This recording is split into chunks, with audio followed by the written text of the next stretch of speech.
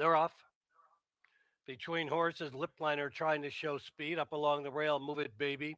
Now in between horses comes Get the Candy, and on the outside, Rambert. They run into the far turn. Get the Candy has the lead. Rambert second. Move it, baby third. That's Doc seven now moving into fourth. Up on the outside, that's Palace Magic fifth. Lipliner shuffled back to sixth. Two more back to April's Gems seventh. And then it's a gap to find Adios Muchachos and Nip. They come off the turn and straighten away on the inside on a short lead. Get the Candy. Rambert's trying to get by up along the inside. Move it, baby, gaining ground. And on the outside, Doc 7. It's still Get the Candy. Doc 7 closing in between horses. Move it, baby. Doc 7 up on the outside to take the lead in deep stretch. And Doc 7's going to win it. Get the Candy second. Move it, baby third. Lipliner fourth. Hey, good morning, everybody. Hey, good morning. Morning. Jim, how's it going? How are the travels? Tiring. It's been a long few days, but that's okay. We're here today. We're ready to go. Beautiful day for racing at Hawthorne, so that's good. Yeah. I'm in a hotel down in Hot Springs, and it's a little dark in here, but I'm sure you guys can see me. Unfortunately. Oh yeah, no, we can see you. Just kidding. So yeah, I played that replay there. I kind of like that runner today, and we'll talk about that race in a little bit. We have a couple of family horses running today. One in particular that I am very interested in seeing, and we have a 10 race card. So are we fast and firm today? Yes. Yep. Fast and firm. Yay. Fast and firm. Good deal. Fast and firm and at full strength. Full strength. That's right. So it'll be nice to be back up there in the studio with you, Emily. Yay! It'll be nice to have you back. So yeah, I didn't get a chance to even see the entries for next Thursday. I'll take a peek at that sometime today with all the other action going. But today is the big day. Where did you guys want to start? We can start with that turf sprint since you kind of started with that replay, if that works. Yeah, let's do that. Let me get rid of this replay on here. And that is race 7. There we go. So yeah, it's a cool little race. It's a other than. These are for 3-year-old fillies, actually 3 and up, 5.5 furlongs. And I guess I'll start it off with the horse that I liked on replay, Doc 7, simply for the fact that I think there's going to be a little bit of pace in here, not a ton. I mean, the outside runner looks a little interesting. But I really like the way this one moved in that race that we showed. Even the one at 5.5 on May 19th, it made a little bit of a move there and just ran out of real estate. The dirt race and the starter wasn't bad. I did have a trip note that it stumbled badly that day. And then last time at Indiana, I guess you could say it was just too tough, or maybe it didn't like the surface as much. It didn't run as fast. But here we're back at Hawthorne. We're back on the Hawthorne side. We should get a clean trip there. A horse was really competitive at Oaklawn. The synthetic races at Turfway weren't terrible. And I just like that last race on June 8th. If we can repeat that effort, it's Doc 7's going to be tough. I hope Victor Santiago can. I mean, I was always a fan favorite. He was a jockey that I really we used a lot. My dad used him a lot back in the day, and he won a lot of races for us. And his winning percentage, I remember, was a little bit higher back then. He's 14% of the year. He's only 8% here at.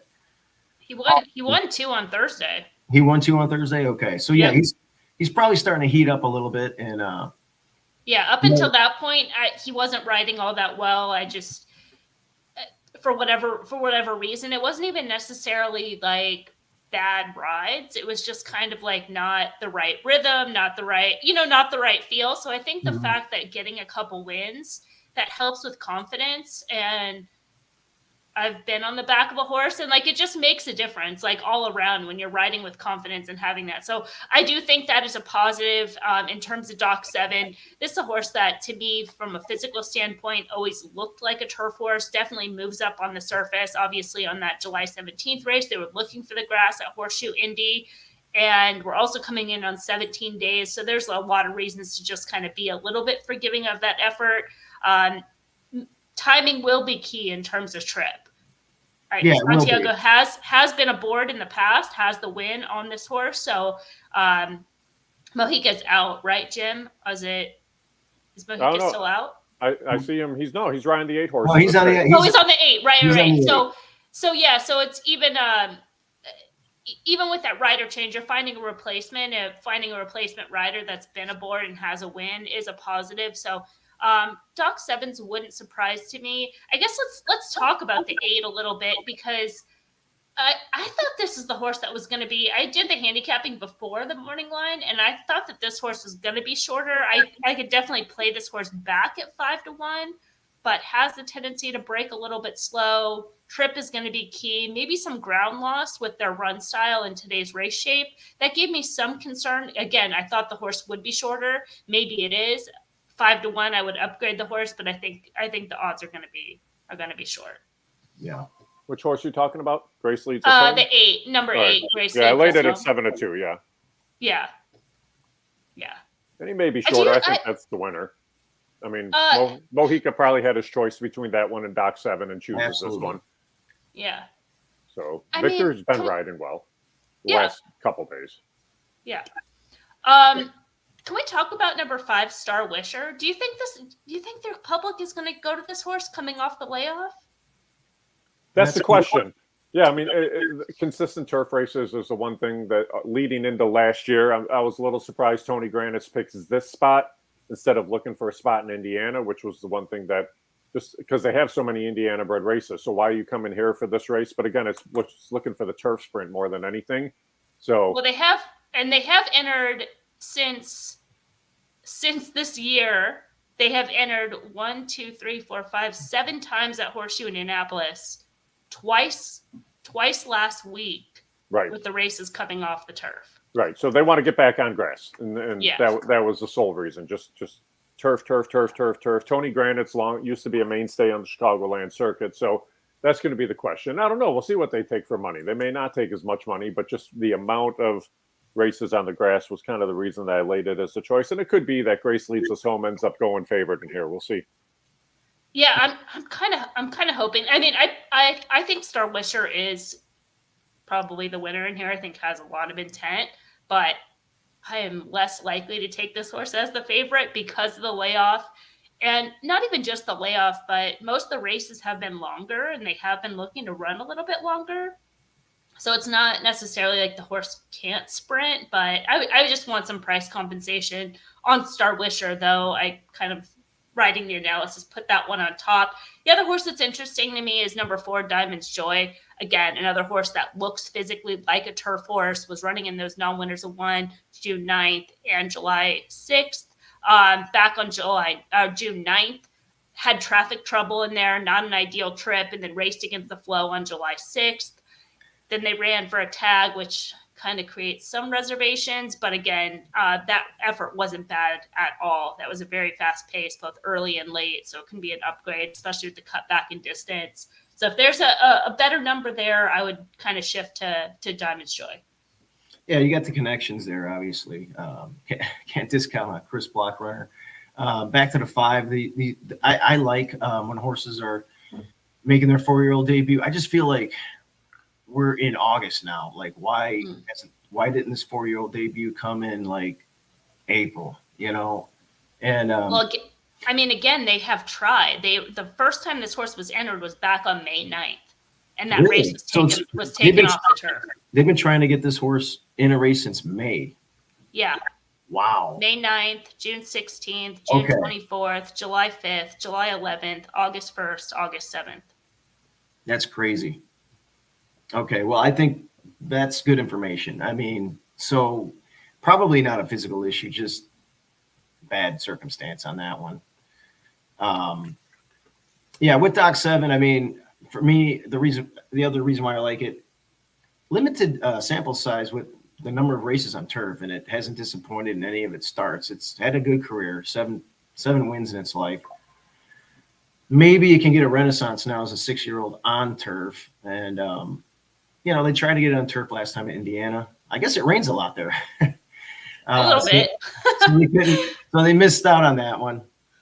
And yeah, I mean, it's kind of weird. It's kind of one of those subtle. Again, it's always a horse to me going way back. They did debut at Arlington Park on the synthetic, but looked like a turf horse, and they made their second start at Laurel. This is back in 2020, which actually was a stakes race. But then following that, ran at Arlington Park again, synthetic and turf. And then the following season was Turfway Park, so no grass. Belterra during a part of the season where they did try to get on the grass, but there probably wasn't grass racing. And then again, Turfway, Oaklawn, as we know, there's no grass. So I think a lot of it has just been kind of circumstantial and timing as far as not being in the right place and time to get a grass race. So yeah, I mean, she's the most recent races are indicative of her current form. She is a turf runner, no doubt. Well, that's where I land here. What sequence of the? Let's see. So this would be the kickoff of the late. Start of late pick 4. Gotcha. All right. Well, I'll land on Doc 7. Did you guys have a top pick in this race? Grace leads us home. Okay. And Emily? Like I said, I leaned on Star Wisher thinking they wouldn't be the favorite. So I would shift to probably either one of your two horses or Diamond's Joy.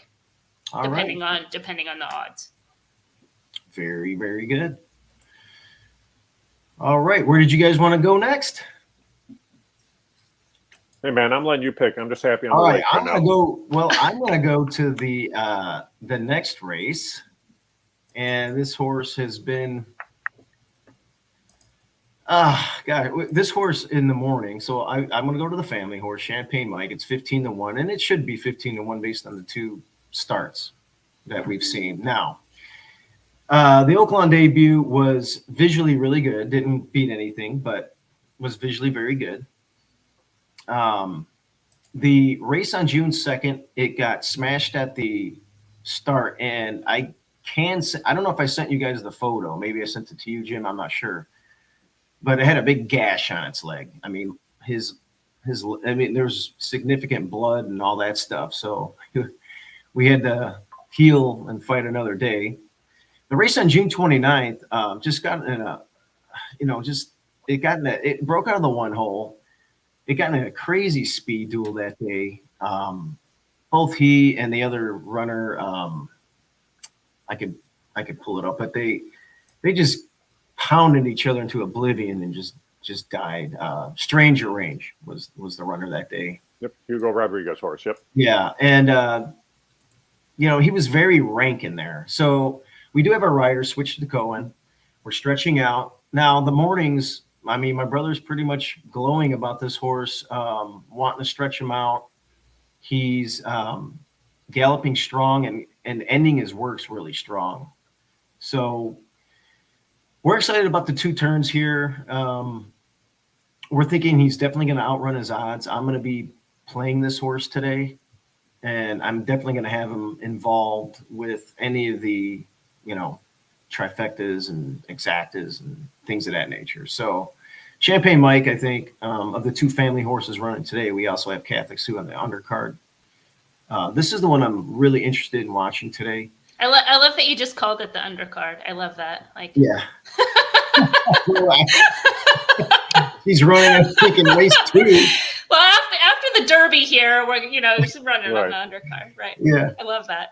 I think if nothing else with Champagne Mike, I think you're going to, there's nothing wrong in running in this spot, and you're going to learn something more about the horse who is lightly raced. And it's like you said, it's a family horse, and they don't have to win every race. And the more that, if they run well here, that just gives you more options going forward. If they win, then then you have to figure out conditions, etc. But I think, you're trying around 2 turns, mixing things up, giving the horse time, see who they are. Today's race par is a little bit softer. And you have pretty much any horse in this field really wouldn't surprise. I think probably the race sort of goes through number 1, Cool Quartet, but again, has some questions, is moving to the circuit.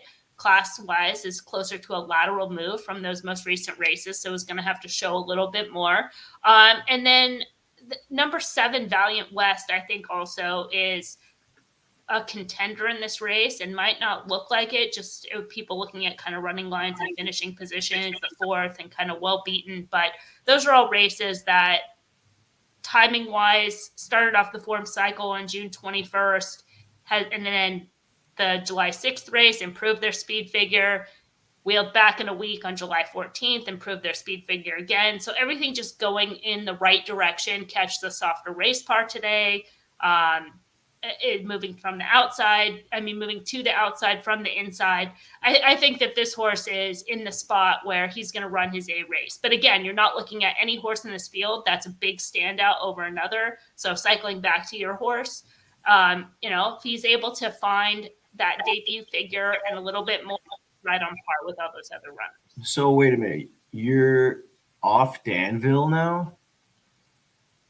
I mean, everything is situational. This is why I don't pick horses in the handicap races, right? Like, Danville made sense as he was going to be kind of a price in a race that was a lot of speed and was going to be able to, kind of pick up some horses from off the pace, which he did.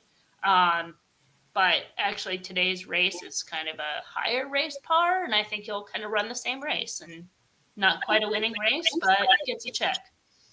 Yeah, he'll get a check probably. Well, Jim, what were you thinking?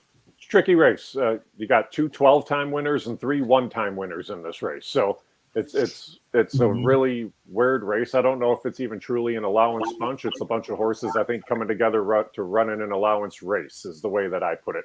Right. Hoppin' John is who I landed on. And I just, this horse has had a complete turnaround the last couple of starts. The race 2 back was a really big number, is a big figure. The horse ran a huge race that day. 110 and change for a 5.92 was shocking a little bit, actually. It was a big effort. And then even that last out, I like the fact when a horse is claimed and they keep the rider, and they did in that race. Slavinsky stayed aboard for Joel Campbell. This horse was really wide when moving, and I think they want more distance. They were going 6.5 there, and the horse still had run late. Those horses that beat the horse that day were 2 solid horses in King Anthony and Good Apple. And I think going 2 turns, a lot of people say always, stretch out from the sprint to the route at speed. I don't know if this one's necessarily going to be speed. I think they're going to be kind of in a stalking spot in here. I think your horse probably goes in this field. Connie's Coop is going to go in this field. And then I think this horse just kind of tucks in behind and lets those 2 duke it out. So that was the route that I went in here.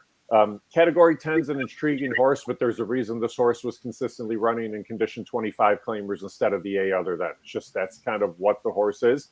And it wouldn't surprise me if he won, but you see, I mean, it's the same race over and over and over, but you have to dig back pretty deep to find that last time the horse ran an allowance race, and that was at Mahoning Valley. So it is, like I said, it's a race of a bunch of horses coming together to run an allowance race, but I don't know if it's truly an allowance field or not. Yeah, I agree. And we're excited about the opportunity of running Champagne like long. We're hoping that Cohen can just kind of like Centeno, God bless him. He tried to relax him in that sprint, and he just couldn't. And the post wasn't good in that last, and he had significant issues 2 back. But we're hoping we can just relax him today. And if he's on the lead, great. If he's not, just relax him and ask him because he's training really well. My brother's really excited about him stretching out today. Picked up a good jock. We got a good jock on the ground. So.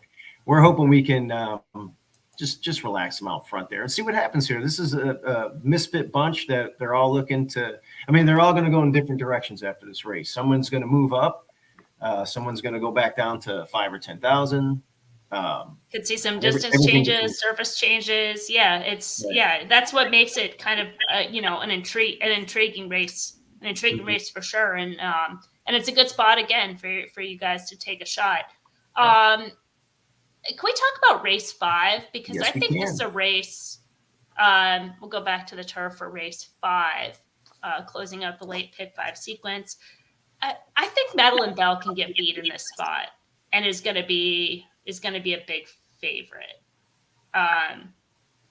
What were your guys' thoughts on I Madeline could give Bell? you my thought. I was all about the 3 Cotton Candy Annie because Wait. Before we go on to picks, just can we talk about this favorite? Like why? oh, Well, because okay. Well, if you're going somewhere else, then I, what are your thoughts on beating this horse? well, I just think this horse is the fastest. It showed it could rate a little bit, and it better rate again.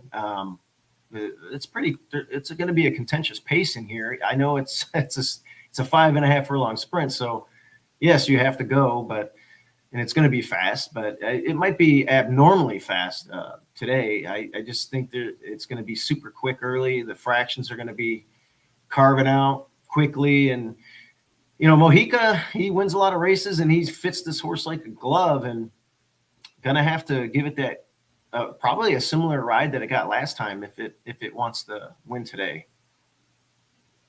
But that was such a favorable trip. They were able to get on the rail, sit in the pocket, average pace, kind of early late.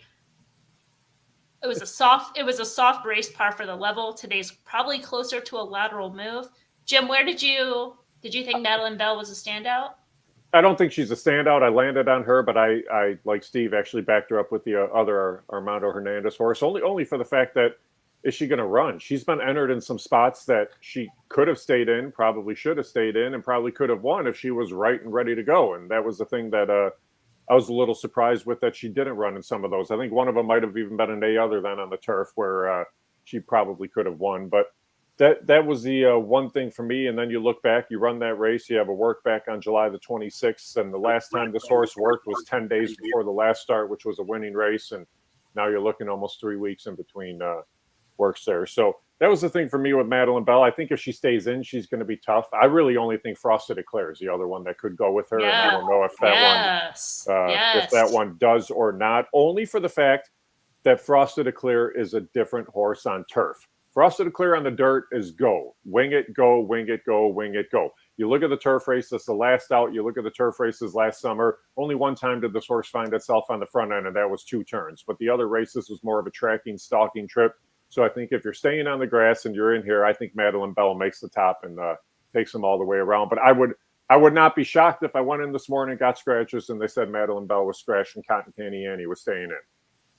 Yeah, I don't mind Cotton Candy Annie at all in this spot, but yeah, Frosted Eclair, I mean, she, like you mentioned, she's got those good races on the turf. I think she can even show early speed on the turf, because the race on August 31st last year, I mean, she was right there, and that's a 5 furlong, and they were going fast. So she's got tactical speed. She had trouble the July 21st race. She had trouble at the start. She put in a huge. That's a replay worth going back and watching, because she finished flying and then continued to gallop out, and that was a very slow early pace that she closed into. So that's a major upgrade. I think she has more tactical speed. Both those races are a higher race par, which is kind of what I liked about Cotton Candy Annie as well, is she's coming out of tougher race par events. I don't mind the surface switch to the turf. I think she's just versatile, just needs the right level. But yeah, I'm going to try to play against Madeline Bell in here. I think she's going to be short. I would also use Race Day Attire, another one that's going to find that sneaky class relief out of those higher par starter allowance events. Another one that has just limited turf experience, but isolating those races, it might not be one that like stands out, has a bunch of wins, but her numbers are higher. And then, I mean, leave out Vance Childers at your own risk, really, with Chrome Attack and Lip Liner. So, yeah, I mean, like Jim said, everything will kind of change if Madeline Bell doesn't run. But if she's in this race, I'm going to be taking a lot of swings against, not on my tickets. Yeah, well, she likes to win. I mean, 11 starts, 7 wins. She's 1 on dirt, 1 on turf, and She's But really that's why she'll be but on. that's why everybody's she's 6 to ticket. 5, and Yes, this is horse exactly. racing, and we handicap races, and we always try to beat the favorite, right? Well, you don't always try to beat the favorite, but Not you start always, with the but favorite, right? Because if you find any reasons, and yeah, she wins, but she doesn't really have any edge in this particular field. Jim mentioned the things in terms of form cycle that's a little kind of iffy with the vet scratch as of late, and then the timing of the work. So, Yep. and she would need Madeline Bell can't run like a BF, she can't take a step back and not run her A game to beat this field. This field's good. She's going to have to run an A game. So I think there's opportunities in here. Yeah. Closing out that early. I'm hoping it just gets a little spicy, and things get a little weird up there. And Slavinsky's been hitting her groove lately. She's been winning a few races. And Jim is real quick. Jim, is Rachel back riding today? Because I know she didn't ride Thursday. I haven't checked my head check update to see if she is or not, because I know did she fall or something? Park. So they send me updates if anybody is injured or any reason off. So I'd have to look and see if she was on that list. So I'm not sure. The rider change came in late on Thursday. We were already like in pre-race show, and it was like late changes. Rachel is off, so. Let me see if she's named on races. I can pull up this Thursday's card. If she's named on horses, then I'm guessing she's fine. Okay. So I think, if she is on, I don't know if they'll go to the other bug, if she comes off, but that race on July 14th, I mean, I know they've routed this horse a lot, and I guess they try to get on turf again. I guess you could say that, but I like trying this 5.5 furlong spot. They're taking the hood off, and I'm just hoping I can make a big run here. And I think this one might like sprinting. I don't have anything I don't have a solid foundation of why I think that. I just watched some of the replays. I like the way it moves, and I think it might be a one push button boom type of horse. And I think I'm going to get an overlay on the morning line too. I think 5-1. I guess having Armando Hernandez as the trainer will maybe keep the odds down, but I think we'll definitely be an overlay with some of the other runners in here. So that's where I landed. Yeah, it looks like she's fine, by the way. Rachel's fine. Okay, cool. She's fine. Yeah, on July 17th, I thought she had a big look because that sprint race on May 12th was like really good. After she broke slow, I thought that was just visually upside, but she was extremely cold on the board on July 17th. Very cold on the board off the morning line. Just took no money anywhere. So that might have been a race where they were just like, oh, we got to get her start. She's second off the layoff here. And that race too, she's a flow upgrade from the July 14th race. She was wide and that race was slowing late. And she was wide up close to that pace early on. So yeah, I like her in here. Again, kind of my main opinion is let's take on Madeline Bell. All right. What is next? Race 1. Oh, Race geez. 1. Is that the Emily main? asked for 2-year-olds in the first. So damn it, I did. gave her 2-year-olds in race number 1. Because Oh, here's man. why. This is my logic, and tell me if I'm wrong on this, and I'm willing to grow and change. But this is a race where you don't have a lot of information from what's on paper, right? You can just see kind of the published works, and you're making a lot of guesses. But having this race first, you're going to be able to look at the horses. You're going to be able to see the early money. You're going to be able to get such a better feel for these horses to kind of make. I just think you're going to have more information. So that's why I really like this race being first, because I looked at it and I'm like, I have a hard time, separating. I've only seen physically 2 of the horses work, and that was back at the sale. Normandy Neiman, who was still growing at the time and didn't look to be carrying that much weight, worked 10-3 in June.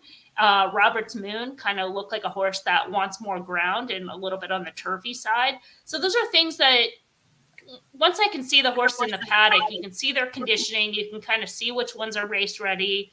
The money gives you a little bit of a tell. That stuff, the general public doesn't know. So that was my thought. I think it's good. Maybe people will dislike it. Maybe it'll hurt the pools completely, but I think it's kind of the right direction. If people are going to play this sequence, at least give them an opportunity. Better than this race being third and you don't have the visuals, you don't have the pools, things like that. Yeah. Am I right or wrong? I don't know. Well, That's where I was coming from. No, but there's so many different aspects. I mean, it's based on what you look for from a handicapper, what you look for making money for a racetrack, and it just depends on the field size, what's going on with the rest of the card, that kind of stuff. Today we're going to have our struggles and battles because racetracks arbitrarily decided to move entire race cards from one day to another, or stakes from one week to another, because apparently everything's just allowed in racing. So it's going to be one of those where today's going to be a battle to get eyes on the signal regardless for the first half of the card, because apparently Colonial can just take other cards and just add days and do whatever they want with their million card, and Saratoga can just cancel random races in the middle of a card last week and tack them on the end of a card today. So that's pretty cool. For me, if it rains and you come off the turf and you run the race. But I have a different belief on how, and Emily and I have talked about this, horsemen prepare for a spot. That's the spot they enter, and they're not prepared for a spot 8 days later or even 1 day later. They're prepared for that spot. So it'll be a battle to get eyes on the screen is what I'm saying. This race, let's go back to it. Okay. I like the 6 Journey in here. Journey has been working in company with Indyville over the course of those last 3 works. They were kind of similar racehorses, and then all of a sudden that last work, Journey was a completely different racehorse from Indyville. I mean, these were 2 different horses on the racetrack, moved differently, went differently, galloped out differently. And Journey was a horse that was the better of the 2 racehorses. So that's the reason that I ended up on this one. Michelle Boyce typically runs both when she enters both in a race. And for this, she's probably going to need to get a start under both. I'd asked Larry Ravelli during the week. He said his plan was to run both of his in here too, because they, again, just need to get starts. But Illinois bred, runs open company. She's got confidence in this horse. It's a horse that's already been gelded. And I just think everything's going to line up for Journey to run a pretty good race. But she's never one that is going to run a short horse first time out. They're going to have a long string of drills. They're going to be ready. They're going to go to the gate numerous times. And I just think this is the better of the 2 horses for her. Awesome. Yeah, that's good. Illinois bred. You know, it's interesting. I see Cashel Castle is the Cashel Castle is very fast. And we had a horse named Cicero Grimes that ran against Cashel Castle. He ran the same day as Cashel Castle and War Emblem when they all won. All 3 of those horses won. They all got like mid-90 Beyer speed figures. And we actually butted heads with Cashel in it was a race at Keeneland. I think it was the Lafayette. And unfortunately, my dad's horse got hurt in that race and ran 5th. And Cashel went on to have a decent career. His career got cut a little bit short too, but man, was he fast. I think he got a 108 Beyer speed figure, one of those races. And Chris Block trained Cashel Castle. He did. He used, this is a horse that was interesting. He used to try to hide this horse from everybody working out. When this horse was running, this was back when Sportsman's Park and Hawthorne both had racetracks laid down. Chris would wait till the last 10 minutes of training, take the horse. This was back when I was a clocker. Take the horse all the way around the Hawthorne track, all the way across the parking lot at Hawthorne, back onto the Sportsman's track, and be the only horse on the track at Sportsman's. And we as clockers used to have to run across the roof onto the old ramps on the back of Hawthorne and clock the horse from there working out, because he didn't want anybody to see this horse and just how good it was. And it was impressive every single time. This could have been a good racehorse if not for injury. And still was a good racehorse. Still was really good. And what could have been maybe if he could have extended his career. But man, super, super fast. And beat older horses that day I was there too. I remember that early, and it was like March, and just crushed them. But yeah, that was a cool day because my dad's horse won by 7. And then War Emblem won that same day in that card. I still have the program. So it's kind of neat seeing Cashel Castle in there. But yeah, Illinois bred. You can't deny the work tab. You already touched on it. And you're probably going to get except for me. You should. With Ravelli in here and the Brittany horse working lights out. Yeah. You should get, because you have, Ravelli's always going to command a price, and Ravelli gets, Cohen and Mojica. Yep. So those are going to take money. Even Best Dressed Man is, probably going to take a little bit of money. Not as much as Blue Man, but And Robert's Moon will take money. The Brittany Yeah. horse that was working some bullets. That horse will take Yep. money. And too. then you have the Van Did Wert you, one. Jim? Did you see that the Roberts Moon work? I have seen I saw the gate work back on July the 20th. That was very good. Okay. So very snappy out of the gate. But the one, if you remember though, the last 2-year-old that they had, I think it might have even been last week. It was very similar intentions for this horse. They wanted this horse to pop out of the gate, spring on the front end, and try to take him the whole way around. And the horse missed the break, rushed up on the backside, and then kind of ran out of juice with about a quarter of a mile to go. Yeah. Yeah, and I also like the post too. I mean, being in the 6 hole with the perceived as good or better runners on the inside, I like being on the outside of those runners. Yep, it's a good race. Awesome. That's good. I'm going good to watch it with information there. interest. I'm going to watch that race with interest. Anywhere else, or should we? Let's see, where else? Yeah. Where else do I want to go? We touched on race 7, race 8, race 5. Whatever you guys want. Those are the 3 that I was interested in: 5, 7, and 8. Looking to see what I ended up doing for the finale today. Oh, that was the sharp stick race in the finale. The finale, yeah, we could look at it. 20 non-2 life. It's a mile. Sharp Stick was the runner that you had last time, Jim, that ran a really good race. I think you picked that one last time on our show. Yes, Correct. Yep. Yeah. Save ground on the inside. that was the one where we battled that I thought was going to be on the lead and ended up stalking Nathaniel's Hope, who ended up on the lead at 79-1. Yeah. That's the way that goes. You always get the cheap speed up there to mess things up. And the question here again is what's going to happen? It's going to be a much shorter price in here. This is a really weird race because there's not a ton of turf horses in here. That was thinking about a regimental's a turf horse. I guess Nathaniel's Hope is a turf horse. Everybody else is an unknown. So that's kind of the question in this spot. T-Law could be interesting in this race. I picked T-Law third. Yeah. I just thought Sharp Stick was going to be the best of the race horses in here. That's why I went to T-Law on top because of the 2 things that you just said, Jim. One, you have all those unknowns that are doing something new for the first time. And to me, watching T-Law, he actually made his second start on the turf where he was wide and they didn't ask. He was just like, the rider was like wrapped up. He physically looks like a turf horse. And so I think he's extremely, extremely live. His current form fits the non-winners to 2, 25 level. He's right at the right level to compete. I don't think this horse is going to have any issues with the surface. And I think because he's an unknown and he's coming off that most recent running line, which looks terrible, I think he'll be value in this race for sure.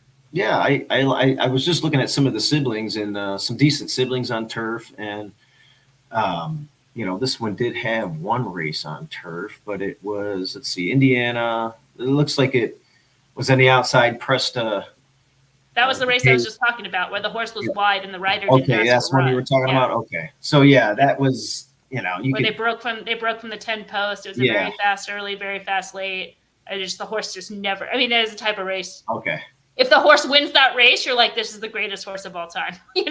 That's a type of trip that they run bad. You try to play him back the next time, and this would be the time because this is his only second chance to get on the turf off that excuse.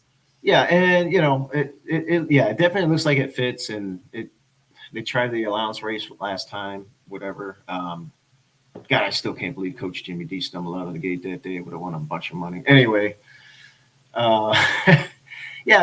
T-Law looks very interesting getting back on turf, 100%. And if you want to upset the apple cart here and try and beat the 7-5 favorite, that's where I would land too myself. Watch out for Prince's My Boy, the one horse, maybe just at a little bit of a price underneath too. Cody Rosine's wanted to get that horse on the turf, finally figured things out, winning in that last out. Okay. And only for the fact that Israel Hernandez had been riding T-Law when T-Law was at its best, but he stays on this one off the win in that last. So, and Cody Rosine's a very good horseman, and I think you'll get a price on that horse too. I use this horse as well because there's a lot of similar stuff like T-Law. He did try to get the horse on the turf on the debut. Those races came off the turf. And then when they ran on the turf at Canterbury, he ran a good race. That was a decent race to finish third that day, number wise. So yeah, this horse absolutely scares me, and this barn has been dangerous. Yeah, I mean, trying to get it on. They won that race when it came out. It was only a 4-horse field, but they won it. Now they're getting back on some sod. So 100%. Prince is my boy. At 10-1, I've seen worse 10-1 shots. All right, let's go to the other family horse, race 2. By the way, Carl Broberg, he retired, guys. Yeah, I saw that. Yeah, he's a very good horse player. I'm friends with Carl, and he trains, trained a lot of my dad's horses down south that didn't come up. But he is now going to be breaking 2-year-olds on his farm, and I'm sure he'll be at all the handicapping tournaments now that he can play. Which he loves. Yes, yeah. Which he loves. And I think, Jim, correct me if I'm wrong, did you guys allowed him to play in the Hawthorne contest anyway? Oh, yeah. He won a Hawthorne contest. Yep. Yeah, and he won one. So that's what we love about Hawthorne. I like Carl. Carl's a good guy, and a lot of people. Look, sometimes he gets a bad rap out there because he wins. When you're successful, people are going to throw jabs at you for whatever reason. You know how Twitter I love his comment. There isn't a pending suspension, and that's the thing that I feel badly about for a guy like Carl, because I like Carl a lot, but everybody always tried to just kind of throw shade at him, and it was one of those things that was a little disappointing. I've always liked Carl. I thought he was a very good trainer. I think some of that too, just kind of just separate Carl a little bit, but I think just claiming trainers in general. There's claiming trainers that are just really good and really sharp, and that's their specialty. And they get a bad rap because it's like, oh, they moved this horse up, and it's like, that's what they do. Like, like that's their game. That's what they're supposed to do. That's why they're good. It's not anything nefarious. It's just I think also the claiming game gets a lot of bad rap as well. And respect the claiming game. There's always going to be more slower horses at that claiming level than there are in the graded stakes races, as we've seen by those 4-horse, 5-horse fields, where 3 of them are entered to fill a race. So respect to the claiming game, and Carl Broberg, wish him all the best in his next chapter. 100%. And I just shot him a text. Yay. Oh, cool. Yeah, Carl, he watches the show from time to time, and he's been on the show. I think Oaklawn Capping Hour, he came on for one of those segments, and good guy. Wish him all the best in his new endeavor there, and I know I'll see him on the battlefield at Hawthorne and BCBC and other cool contests. Catholic Sue, we gave Carl Catholic Sue after Oaklawn, and we brought her down the Lone Star, and we always wanted to get her on turf. She did win a maiden race, obviously, there for 7,500. Going 7 panels. The turf race at 9 furlongs was just a total disaster. She wanted to get out the entire time. The jockey really couldn't handle Catholic Sue. Now, Catholic Sue she's a big filly, and she's very she's hard to handle even in the paddock, saddling her. So I'm sure my brother might be giving you a call, Jim, and being like, hey, where can I saddle this horse? Maybe out by the winner's circle or somewhere. Because she gets at Oaklawn, as you know, Hawthorne and Oaklawn have similar paddocks, and they're enclosed. And maybe it was the people that were looking down at her, but for whatever reason, she just went ape shit in there and reared up a few times. And it was just, who is that? I don't know. I'm in my hotel room, and that's awesome. My dad. That's my dad's phone, and I'm sure it'll go to voicemail. Wake up, Mel. Yeah. He's sound asleep. He's got the CPAP on. Anyway. So that race there at 9 furlongs, we're gonna draw a line through that one and hope that Cohen can, again, use his expertise as a 20% jock and a very good jock, and just settle her down, and hopefully we can saddle her and she doesn't rear up and go nuts. By the way, true story. We had Catholic Sue and Safecracker Sue in the same race at Oaklawn, and I went into the paddock by Catholic Sue, and she reared up the groom like let go of the rein, and she was like going like this, and I was going like this, and I'm just glad I didn't get kicked in the face. But I grabbed her. I was proud of myself. I grabbed her by the rein and collected her and handed her back off to the. Nice job, Steve. Yeah. So No I problem. remember that. pat That was myself on the their back there. that was their debut, and I remember handicapping that race, going like, who is it going to be? Is it going to be the good Catholic Sue or the bad Safecracker Sue? Because you had like the good and the Mhm. you know. And she, and like Safecracker Sue, when you see her, she's like real kind of petite, little, narrow little head. And Catholic Sue's like much, she's taller, bigger. And I think the trick here is just to relax her, get her in the clear. And, you know, Cohen knows what he's doing. We'll see what she does here. We're kind of excited to get another crack here on the side. Don't know what to expect. The 3-1, maybe that's a little ambitious, but she should run much better than that last race. I'm sure they'll put her down agree. at the far end of the paddock, the saddle. Only 6 horses in the field. They'll put her on the far end, farthest away from all the way everybody down. down there, and then just keep her down there. And if they're smart, then you just keep circling the horse down there after they get saddled until they give riders a leg up. Perfect. Other than her, the family horse, what were you guys thinking is the main competition in here? I picked the 3 here, Miss K's Dynasty. It was one of those. The horse should have won in that race 4 back, and then the race 3 back just didn't get really a great trip. Should have run the race that they ran in the race 4 back. Then you switch to Santos. I thought that was a decent race in that spot there. And then the last just coming off the turf. This horse I think has to be on the grass to win. So now you go back to Santos. You get back to the grass. You're back at a mile here. Tribest is probably going to go. I think Catholic Sue's up close. I think Ann After Midnight's up close. And I just think this is a horse that, even though there's only 6 in the race, you're going to have 3 that could contest the pace. And I think this horse just rates and comes flying at him late. Yeah, it makes sense. I mean, those 3 turf races were pretty good. Liked the yielding a lot more. We're going to be fast and firm, but Church Pew, that race 2 back, man, Church Pew really opened my eyes that day. That Church Pew ran. Yep. And the fence run well coming back too. And she ran good. She lost by about 1.25 lengths last time, but finished in a blanket photo like 5th or something. I picked her that day at a huge price.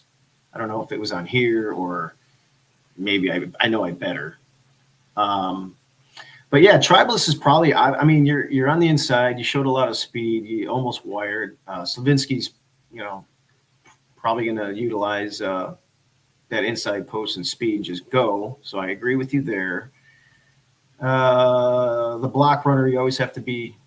Although he just got this one in his barn, but he's 22% first turn, and it's a turf race, and you have Julio Felix, so that one's going to be well backed.